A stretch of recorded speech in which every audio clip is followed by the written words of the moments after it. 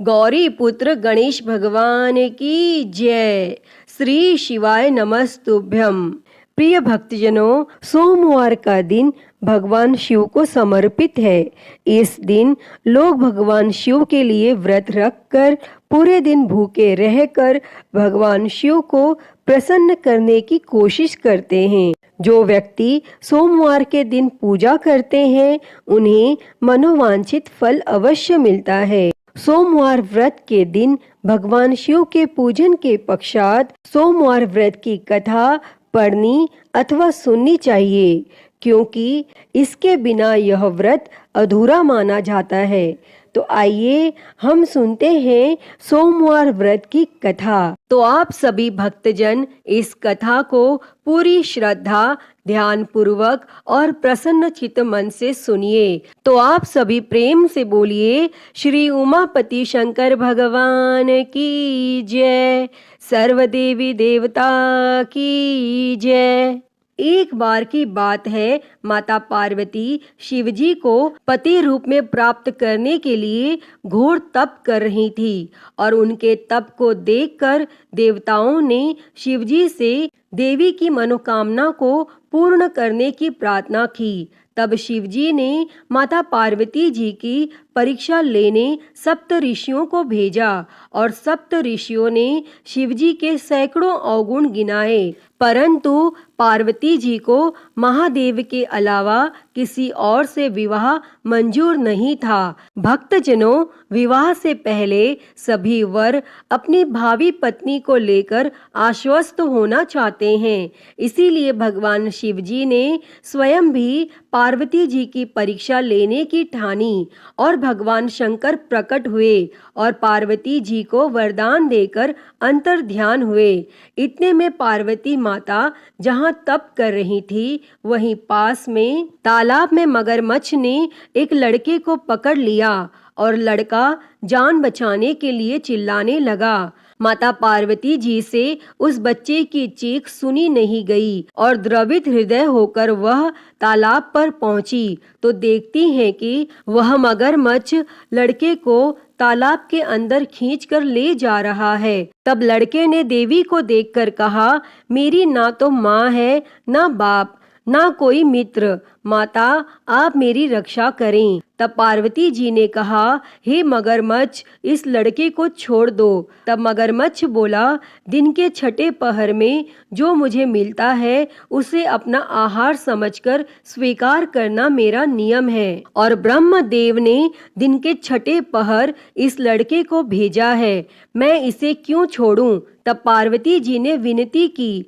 तुम इसे छोड़ दो, बदले में तुम्हें जो चाहिए वह मुझसे कहो। तब मगरमच्छ बोला, एक ही शर्त पर मैं इसे छोड़ सकता हूँ। आपने तप करके महादेव जी से जो वरदान लिया है, यदि उस तप का फल मुझे दे दो तो मैं इसे छोड़ दूंगा। तब पार्वती जी तुरंत तैयार हो गई और उन्होंने कहा, मैं अपने तप का फल तुम्हें देने के लिए तैयार हूँ, लेकिन तुम इस बालक को छोड़ दो। और मगरमच्छ ने समझाया, सोच लो देवी, जोश में आकर संकल्प मत करो। हजारों वर्षों तक जैसा तप किया है वैसा देवताओं के लिए भी संभव नहीं है। उसका सारा फल इस बालक के प्राणों के बदले चला जाएगा। तब माता पार्वती जी ने कहा, मेरा निश्चय पक्का है, मैं तुम्हें अपने तप का फल देती हूँ, तुम इसको जीवन दे दो। और तब मगरमच्छ ने पार्वती जी से तप दान करने का संकल्प करवाया और तप का दान होते ही मगरमच्छ का देह तेज से चमकने लगा और मगरमच्छ बोला, हे पार्वती, देखो तप के प्रभाव से मैं तेजस्वी बन गया हूँ। तुमने जीवन भर की पूंजी एक बच्चे के लिए व्यर्थ कर दी। चाहो तो अपनी भूल सुधारने का एक मौका और दे सकता हूँ।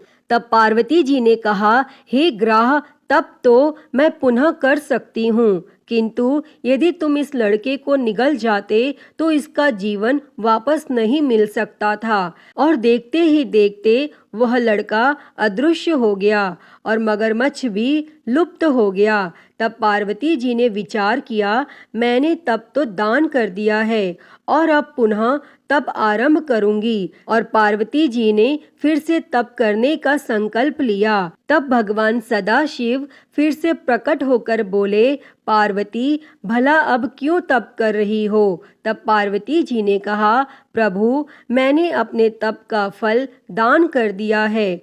आपको पति रूप में पाने के संकल्प के लिए मैं फिर से वैसा ही घोर तप कर आपको प्रसन्न करूंगी। और तब महादेव जी बोले, मगरमच्छ और लड़के दोनों रूपों में मैं ही था और तुम्हारा चित्त प्राणी मात्र में अपने सुख दुख का अनुभव करता है या नहीं, इसकी परीक्षा लेने को मैंने यह लीला रची थी। अनेक रूपों में दिखने वाला मैं एक ही हूँ। मैं अनेक शरीरों से अलग निर्विकार हूँ। तुमने अपना तप मुझे ही दिया है, इसीलिए अब और तप करने की कोई जरूरत नहीं है। तब देवी ने महादेव को प्रणाम कर प्रसन्न मन से विदा किया।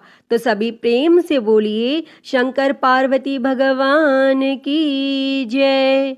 हर हर महादेव। प्रिय भक्तजनों, आइए अब सुनते हैं सभी मनोकामनाओं को पूरी करने वाली अगली कथा। एक समय की बात है, एक गांव में भगवान शिव जी का परम भक्त एक ब्राह्मण रहता था। वह ब्राह्मण जब तक रोज सुबह ब्रह्म मुहूर्त में उठकर नित्य कर्मों से निवृत्त होने के पश्चात भगवान शंकर का पूजन नहीं कर लेते थे, तब तक उन्हें चैन नहीं पड़ता था और जो कुछ भी दान दक्षिणा में आ जाता उसी से वह ब्राह्मण अपना गुजारा करते थे।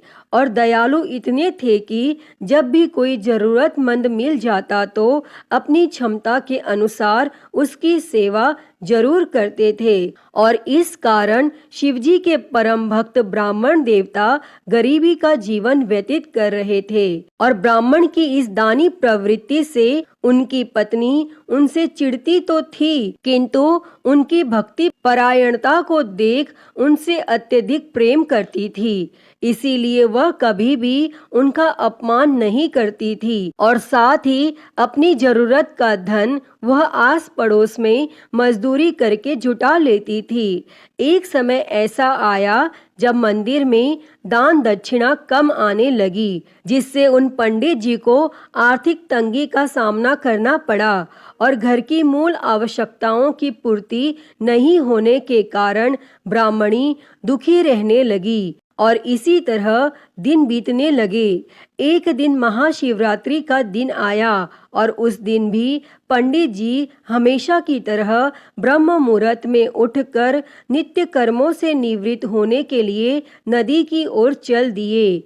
संयोग से उस समय उस राह से पार्वती जी और शिव जी गुजर रहे थे। तब अचानक से पार्वती जी की नजर उस ब्राह्मण पर पड़ी और आज पंडित जी महाशिवरात्रि को लेकर इतने उत्साहित नहीं थे जितने कि अक्सर हुआ करते थे। और तब पार्वती जी को बात समझते देर नहीं लगी और उन्होंने भगवान शिव जी से कहा, हे भगवान, यह ब्राह्मण देवता प्रतिदिन आपकी उपासना करते हैं, फिर भी आपको इसकी चिंता नहीं है। और पार्वती जी की बात सुनकर शिवजी बोले, देवी, अपने भक्तों की चिंता मैं नहीं करूंगा तो कौन करेगा? तब पार्वती जी बोली, तो हे महादेव, आपने अब तक इसकी सहायता क्यों नहीं की? तब शिवजी बोले, देवी, आप निश्चिंत रहिए। अब तक उसने जितने बिल्व पत्र शिवलिंग पर चढ़ाए हैं, वही बिल्व पत्र आज रात्रि में उसे धनपति बना देगा। और यह बातचीत करके पार्वती जी और शिवजी तो चल दिए, किंतु संयोग तो देखिए, उसी समय उस राह में एक व्यापारी गुजर रहा था और उसने छुपकर शिवजी और पार्वती जी का वार्तालाप सुन लिया। तब तब व्यापारी ने अपना दिमाग चलाया, अगर बिल्व पत्र से ब्राह्मण धनपति हो सकता है तो फिर मैं क्यों नहीं हो सकता। और यही सोच वह ब्राह्मण के घर पहुंच गया और ब्राह्मण से बोला, पंडित जी, आपने अब तक जितने भी बिल्व पत्र शिव पूजन में चढ़ाए हैं वह सब मुझे दे दीजिए और बदले में मैं आपको 100 स्वर्ण मुद्राएं दूंगा। तब पंडित जी ने अपनी पत्नी से पूछा तो वह बोली, पुण्य का दान ठीक तो नहीं है, किंतु अगर आपका मन करे तो दे दीजिए और हमें धन की जरूरत है, इसीलिए दे दीजिए। और तब पंडित जी ने सारे बिल्व पत्र बोरे में भरकर सेठ जी को दे दिए और बिल्व पत्रों का बोरा लेकर सेठ जी पहुंच गए मंदिर और शिवलिंग पर चढ़ाकर देखने लगे कि कब शिवजी कृपा करेंगे और कब वह और धनपति बन जाएगा। तब प्रतीक्षा करते करते सेठ जी को आधी रात हो गई और सेठ जी चमत्कार देखने के लिए बहुत उतावले हो रहे थे और आखिर में तीसरा पहर गुजरने के बाद सेठ जी के सब्र का बांध टूट ही गया और क्रोध में आकर सेठ जी ने शिवलिंग को झंझोरने लगे। फिर अचानक ही चमत्कार हुआ और सेठ जी के हाथ शिवलिंग से ही चिपके रह गए। तब उन्होंने बहुत प्रयास किया किंतु हाथ हिले तक नहीं। थक हार कर सेठ जी शिव जी से क्षमा याचना करने लगे तो शिव जी बोले, हे लोभी सेठ, जिस ब्राह्मण से तूने यह बिल्व पत्र खरीदे हैं उसे 1000 स्वर्ण मुद्राएं दे, तब जाकर तेरे हाथ छूटेंगे। और प्रातः काल जब पंडित जी पूजन के लिए आए तो उन्होंने देखा कि सेठ जी के हाथ शिवलिंग से चिपके हुए हैं और सेठ जी रो रहे हैं। तब उन्होंने पूछा तो सेठ बोला, पंडित जी, शीघ्रता से मेरे बेटे को 1000 स्वर्ण मुद्राएं लेकर मंदिर आने को कहिए। तब पंडित जी ने सेठ के बेटे को बुलाया और सेठ ने वह स्वर्ण मुद्राएं ब्राह्मण को दिलवा दी। तब जाकर सेठ के हाथ शिवलिंग से छूटे और यह देखकर पार्वती जी शिवजी से पूछती हैं, हे नाथ, आपने अब तक अपने भक्त को कोई धन नहीं दिया। तब शिवजी बोले, देवी, मेरे पास कहाँ धन है जो मैं दूंगा, किंतु मेरा भक्त अब गरीब नहीं है, यह तुम स्वयं देख लो। और 1000 स्वर्ण मुद्राएं मिलने के बाद ब्राह्मण और ब्राह्मणी सुखी से अपना जीवन यापन करने लगे। अतः हे भगवान शिव जी, हे माता पार्वती, जैसी कृपा आपने उस ब्राह्मण पर की, ऐसी ही कृपा इस कथा को कहते, सुनते और हुंकारा भरते सभी पर करना। तो सभी प्रेम से बोलिए, शंकर पार्वती भगवान की जय। तो प्रिय भक्तजनों, आइए अब मनोकामनाओं को पूरी करने वाली दूसरी कथा को सुनते हैं। इस कथा को सुनने से ही व्रत संपूर्ण माना जाता है। उससे पहले आप सभी प्रेम से बोलिए, भगवान भोलेनाथ की जय, माता पार्वती की जय। किसी नगर में एक साहूकार रहता था। उसके घर में धन की कोई कमी नहीं थी, लेकिन उसकी कोई संतान नहीं थी, जिस वजह से वह बेहद दुखी था। पुत्र प्राप्ति के लिए वह भगवान शिव के प्रत्येक सोमवार का व्रत रखता था और पूरी श्रद्धा के साथ शिवालय में जाकर भगवान शिव और माता पार्वती जी की पूजा करता था। उसकी भक्ति देखकर माँ पार्वती प्रसन्न हो गईं और भगवान शिव से उस साहूकार की मनोकामना पूर्ण करने का निवेदन किया। पार्वती जी की इच्छा सुनकर भगवान शिव जी ने कहा कि हे पार्वती, इस संसार में हर प्राणी को उसके कर्मों के अनुसार फल मिलता है और उसके भाग्य में जो हो उसे भोगना ही पड़ता है। लेकिन माता पार्वती जी ने साहूकार की भक्ति का मान रखने के लिए उसकी मनोकामना पूर्ण करने की इच्छा जताई। तब माता पार्वती के आग्रह पर भगवान शिव जी ने साहूकार को पुत्र प्राप्ति का वरदान तो दे दिया, लेकिन साथ ही यह भी कहा कि उसके बालक की आयु केवल 12 वर्ष होगी। तब माता पार्वती और भगवान शिवजी की इस बातचीत को साहूकार सुन रहा था। उसे ना तो इस बात की खुशी थी और ना ही गम। वह पहले की ही भांति भगवान शिवजी की पूजा करता रहा और कुछ समय उपरांत साहूकार के घर एक पुत्र का जन्म हुआ। जब वह बालक 11 वर्ष का हुआ तो उसे पढ़ने के लिए काशी भेज दिया गया। साहूकार ने पुत्र के मामा को बुलाकर उसे बहुत सारा धन दिया और कहा कि तुम इस बालक को काशी विद्या प्राप्ति के लिए ले जाओ और मार्ग में यज्ञ करवाते जाना। जहाँ भी यज्ञ कराओ वहीं पर ब्राह्मणों को भोजन कराते और दक्षिणा देते हुए जाना। और दोनों मामा भांजे इसी तरह यज्ञ कराते और ब्राह्मणों को दान दक्षिणा देते काशी की ओर चल पड़े। रास्ते में एक नगर पड़ा जहाँ नगर के राजा की कन्या का विवाह था, लेकिन जिस राजकुमार से उसका विवाह होने वाला था वह एक आंख से काना था। तब राजकुमार के पिता ने अपने पुत्र के काना होने की बात को छुपाने के लिए एक चाल सोची। साहूकार के पुत्र को देखकर उसके मन में एक विचार आया। तब उसने सोचा क्यों ना इस लड़के को दुल्हा बनाकर राजकुमारी से विवाह करा दूं और विवाह के बाद इसको धन देकर विदा कर दूंगा और राजकुमारी को अपने नगर ले जाऊंगा। और फिर उस लड़के को दूल्हे का वस्त्र पहनाकर राजकुमारी से विवाह करा दिया गया। लेकिन साहूकार का पुत्र एक ईमानदार लड़का था। उसे यह बात न्याय संगत नहीं लगी और उसने अवसर पाकर राजकुमारी की चुन्नी के पल्ले पर लिखा कि तुम्हारा विवाह मेरे साथ हुआ है, लेकिन जिस राजकुमार के संग तुम्हें भेजा जाएगा वह एक आंख से काना है। मैं तो काशी पढ़ने जा रहा हूँ।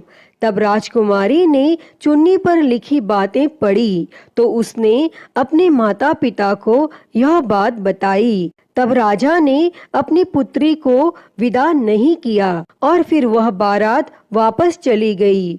दूसरी ओर साहूकार का लड़का और उसका मामा काशी पहुँचे और वहां जाकर उन्होंने यज्ञ किया और जिस दिन लड़के की आयु 12 साल की हुई उसी दिन यज्ञ रखा गया।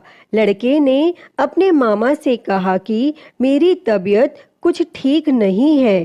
तब मामा ने कहा कि तुम अंदर जाकर सो जाओ और भगवान शिवजी के वरदानानुसार कुछ ही क्षणों में उस बालक के प्राण निकल गए और मृत भांजे को देखकर उसके मामा ने विलाप शुरू किया। संयोगवश उसी समय भगवान शिवजी और माता पार्वती उधर से जा रहे थे। तब माता पार्वती ने भगवान शिवजी से कहा, प्राणनाथ, मुझे इसके रोने के स्वर सहन नहीं हो रहे। आप इस व्यक्ति के कष्ट को अवश्य दूर करें। और जब भगवान शिवजी मृत बालक के समीप गए तो वह बोले कि यह तो उसी साहूकार का पुत्र है जिसे मैंने 12 वर्ष की आयु का वरदान दिया था। अब उसकी आयु पूरी हो चुकी है। लेकिन मातृभाव से विभोर माता पार्वती ने कहा कि हे महादेव, आप इस बालक को और आयु देने की कृपा करें, अन्यथा इसके वियोग में इसके माता पिता भी तड़प तड़प कर मर जाएंगे। और फिर माता पार्वती के आग्रह पर भगवान शिवजी ने उस लड़के को जीवित होने का वरदान दिया और शिवजी की कृपा से वह लड़का जीवित हो गया। और फिर शिक्षा समाप्त करके वह लड़का अपने मामा के साथ अपने नगर की ओर चल दिए और दोनों चलते हुए उसी नगर में पहुंचे जहां उसका विवाह हुआ था। और उस नगर में भी उन्होंने यज्ञ का आयोजन किया। तब उस लड़के के ससुर ने उसे पहचान लिया और महल में ले जाकर उसकी आव भगत की और अपनी पुत्री को उसके साथ विदा किया। और इधर भूखे प्यासे रहकर साहूकार और उसकी पत्नी बेटे की प्रतीक्षा कर रहे थे। उन्होंने प्रण कर रखा था कि यदि उन्हें अपने बेटे की मृत्यु का समाचार मिला तो वह भी प्राण त्याग देंगे, परंतु अपने बेटे के जीवित होने का समाचार पाकर वह बेहद प्रसन्न हुए। और फिर उसी रात भगवान शिवजी ने उस साहूकार के स्वप्न में आकर कहा, हे श्रेष्ठी, मैंने तेरे सोमवार के व्रत करने और व्रत कथा सुनने से प्रसन्न होकर तेरे पुत्र को लंबी आयु प्रदान की है। प्रिय भक्तों, जो कोई भी सोमवार का व्रत करता है या कथा सुनता और पढ़ता है, उसके सभी दुख दूर होते हैं और समस्त मनोकामनाएं पूर्ण होती हैं। अतः हे भगवान भोलेनाथ जी, जैसी कृपा आपने उस साहूकार के बेटे पर करी, वैसी ही कृपा इस कथा को कहते, सुनते और हुंकारा भरते सब पर करना। तो बोलिए भगवान भोलेनाथ की जय, माता पार्वती की जय। श्री शिवाय नमस्तुभ्यम। प्रिय भक्तजनों, आइए सुनते हैं श्री उमापति महादेव जी की आरती। तो सभी प्रेम से बोलिए हर हर महादेव। जय शिव ओमकारा, हो भोले भज शिव ओमकारा। ब्रह्मा विष्णु सदा शिव, भोले भोलेनाथ महाशिव। अर्धांगी धारा, ओम हर हर हर महादेव।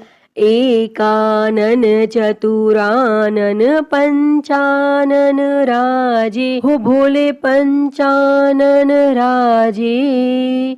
हंसासन गरुड़ासन, हंसासन गरुड़ासन। वृषवाहन साजे, ओम हर हर हर महादेव। दो भुज चार चतुर भुज, दस भुज अति सोहे, भोले दस भुज अति सोहे। तीनों रूप निरखता, भोले जी का रूप निरखता। त्रिभुवन जन मोहे, ओम हर हर हर महादेव। अक्षमाला बनमाला मुंडमाला धारी, भोले मुंडमाला धारी।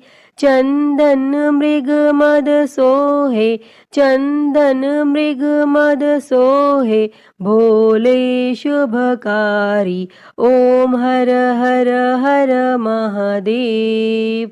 श्वेतांबर पीतांबर बाघांबर अंगे, भोले बाघांबर अंगे। सनकादिक ब्रह्मादिक, सनकादिक ब्रह्मादिक। भूतादिक संगे, ओम हर हर हर महादेव। कर के मध्य कमंडल चक्र त्रिशूल धरता, हो भोले चक्र त्रिशूल धरता।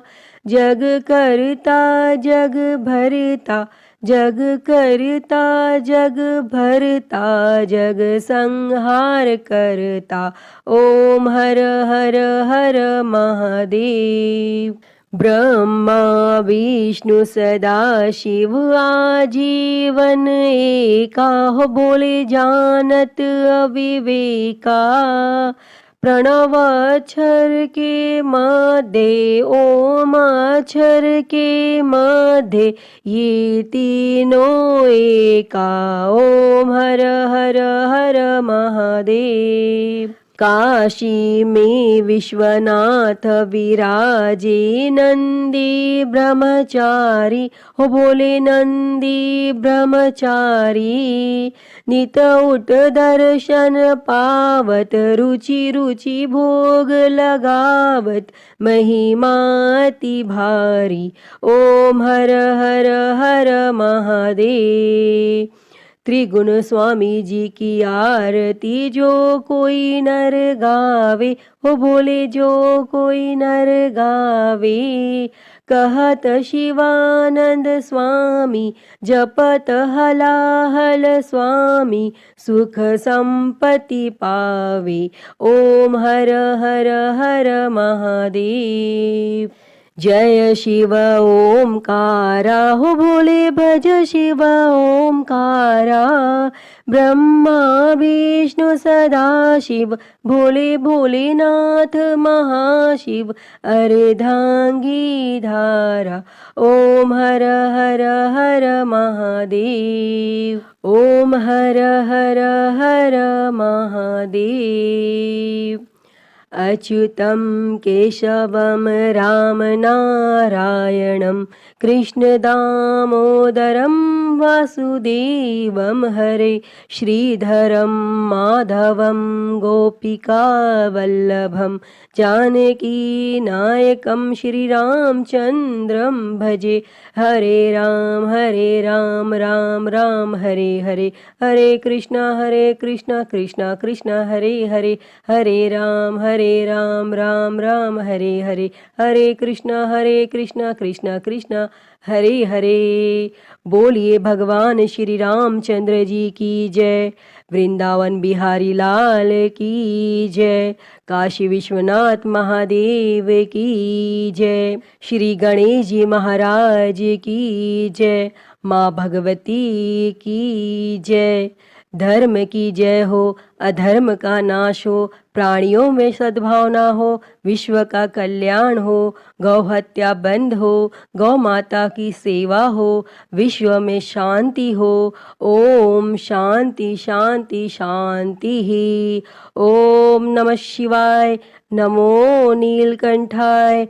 ओम नमः पार्वती पते, हर हर महादेव, हर हर महादेव, हर हर महादेव हर। प्रिय भक्तजनों, मैं उम्मीद करती हूँ कि आपको यह कथा पसंद आई होगी, और अगर वीडियो अच्छी लगी हो तो इसे लाइक करें, ज़्यादा से ज़्यादा शेयर करें, और कमेंट में हर हर महादेव लिखना ना भूलें। और हरिहर भक्ति चैनल पर अगर आप नए हैं तो इस चैनल को सब्सक्राइब कर नोटिफिकेशन बेल को ज़रूर ऑन कर लें। हर हर महादेव। धन्यवाद।